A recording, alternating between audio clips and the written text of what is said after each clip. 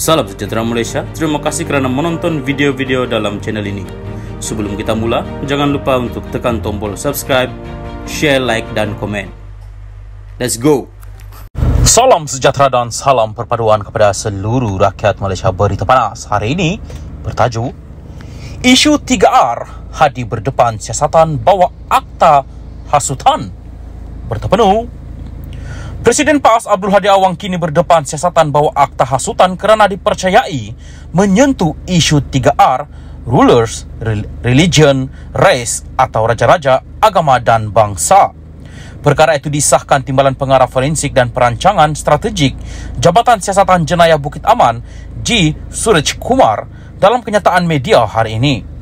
Polis Diraja Malaysia PDRM mengesahkan sedang menjalankan siasatan terhadap Presiden PAS Abdul Hadi Awang berhubung kenyataan yang dipercayai menyentuh isu 3R dengan mendakwa DAP mahu mengekalkan pengertian Islam di dalam perlembagaan persekutuan berdasarkan tafsiran penjajah yang menjunjung liberalisme dan kebebasan yang diamalkan oleh negara barat. Kenyataan tersebut dipercayai dilakukan melalui hantaran di Facebook Abdul Hadi Awang pada 8 Julai lalu. Isu tersebut turut diulas dalam artikel yang diterbitkan portal berita New Straits Times bertarikh 8 Julai, katanya. Tambahnya, siasatan dijalankan oleh Unit Siasatan Jenayah Terkelas Bahagian D5 Jabatan Siasatan Jenayah Bukit Aman di bawah Seksyen 4-1 Akta Hasutan 1948 dan Seksyen 233 Akta Kawalan dan Multimedia 1998. Siasatan masih dijalankan dan orang ramai dinasihatkan agar tidak membuat sebarang spekulasi yang boleh mengganggu proses siasatan. Tindakan tegas akan diambil terhadap mana-mana pihak yang bertindak menggugat ketenteraman awam dan keselamatan negara, kata Suresh. Salam sejahtera dan salam perpaduan kepada seluruh rakyat Malaysia. Berita panas malam ini bertajuk Pilih Mahathir, kesilapan Hussein On paling besar. Berita penuh. Kesilapan memilih Dr. Mahathir Mohamad sebagai pemimpin nombor 2 UMNO mengubah hala 7 negara kata pemimpin DAP itu. Serangan terbaru Dr. Mahathir Mohamad mendorong Lim Kit Siang mengenang kembali pengakuan bekas Presiden UMNO dan Perdana Menteri Hussein On mengenai kesilapan terbesarnya dalam hidup. Kesilapan penilaian ini yang mengubah hala 7 negara menurut veteran DAP itu telah meletakkan Dr. Mahathir di landasan kekuasaan.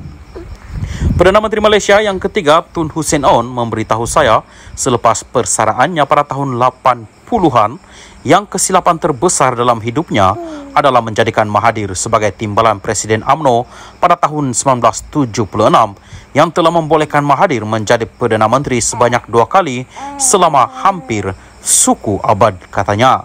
Lim berkata ini membolehkan Mahathir menjadi Perdana Menteri sebanyak 2 kali dari 1981 hingga 2003 dan 2018 hingga 2022. Namun, perlu diingatkan Mahathir menjadi Perdana Menteri kali kedua kerana sokongan PH. Sementara itu, Lim berkata Hussein pada ketika itu silap memilih Mahathir berbanding Ghaffar Baba, Tengku Razalik dan Ghazali Syafi'i selepas tempoh ketidaktentuan selama 6 minggu.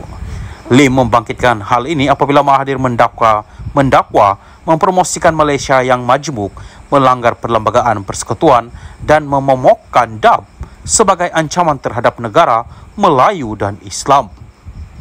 Lim juga mengulas dakwaan bekas Perdana Menteri itu bahawa DAP dengan 40 ahli parlimen mempunyai pengaruh kuat ke atas Perdana Menteri Anwar Ibrahim untuk menjadikan Malaysia sebuah negara sekular. Mahathir amat salah sama sekali. Adakah DAP yang ada 42 orang ahli parlimen selepas pilihan raya umum 2018, angka yang lebih besar berbanding dengan sekarang, menggugut Mahathir selama 22 bulan dia mengetuai Kerajaan Pakatan Harapan untuk menggantikan Islam sebagai agama rasmi negara.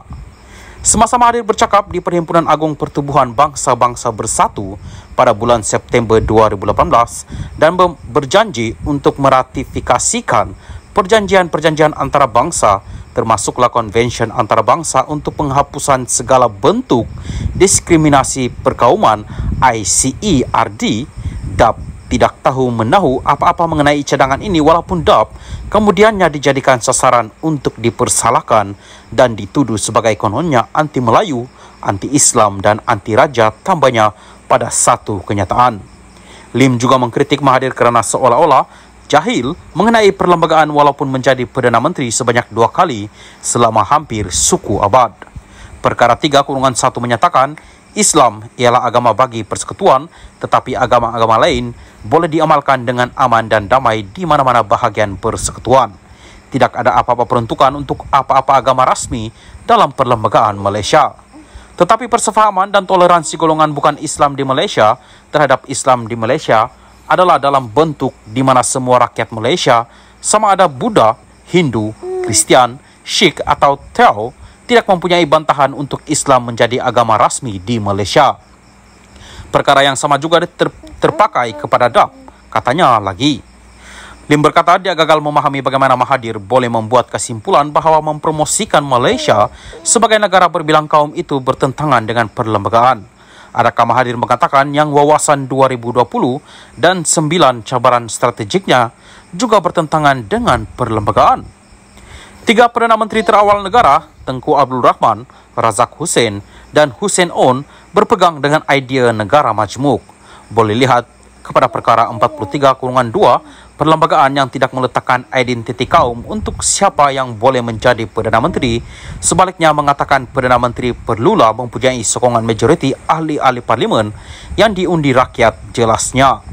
Lim berkata walaupun tiada permusuhan antara kaum dan agama di Malaysia, ada pihak yang mahu mewujudkan perpecahan dengan pembohongan, kepalsuan, berita palsu dan ucapan kebencian dalam 6 pilihan raya negeri yang akan datang. Menjadi satu tragedi apabila dalam kalangan pihak ini